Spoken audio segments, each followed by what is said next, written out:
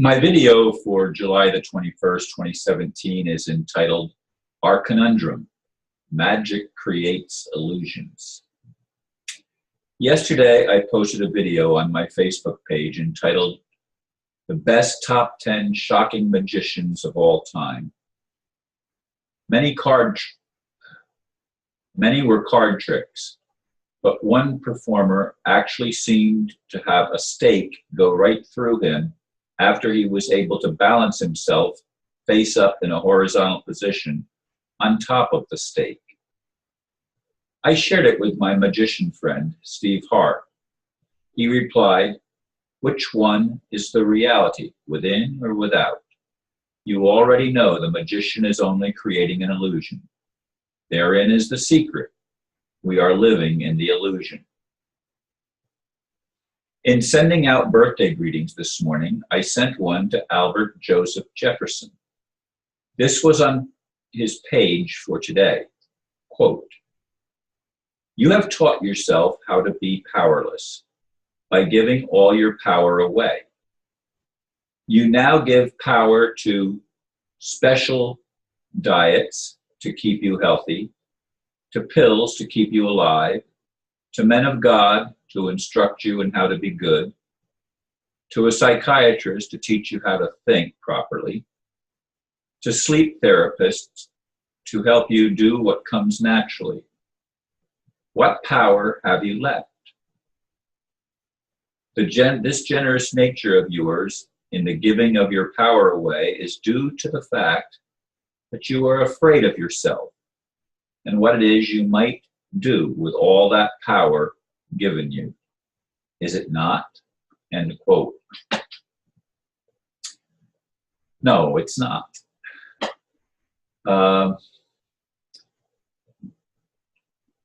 I recoil at this information. I recoil at the thought that everything is an illusion. Even though I know scientifically that most of what we see as physical reality is actually empty space. Even though I know that we are able to manipulate the reality to some degree, I recoil at the thought that it's all a reality because of all the dastardly deeds, the crimes against humanity, the crimes against life itself that I see and witness every day demonstrated in the world around me. And I'm supposed to believe that the world within me, which I used to believe, by the way, but that the world within me is able to change the world out there. At least that's the belief. That's the doctrine. That's the message that I thought was real. That ultimately I would reach a place where I would be empowered enough to actually change the world out there. Not the world in here. There's nothing wrong with the world in here. You say, "Ron, aren't you afraid?" Yeah, I feel fear. I feel fear, but I'm not fear. I know that I'm not fear. I know that I'm more than that. Yet, I also realize from experience that I don't have the ability to change my own life. I mean, I couldn't even hang on to a house, a home that was given to me. I still had the demonic magicians steal my home from underneath me. You say, "Ron, you've been stuck on that now for a long time." Yeah, I guess I have. Because I still want a God that actually shows power, and I don't see that God as me controlling that God. I don't see me as controlling my own life. I lost control when the cop arrested me and took me to jail the first time. And then when I was arrested the second time, for driving on an international driving permit and taken to jail twice. First time, released without actually going into a cell. Second time, spending a night in jail and having to have my son come and pick me up.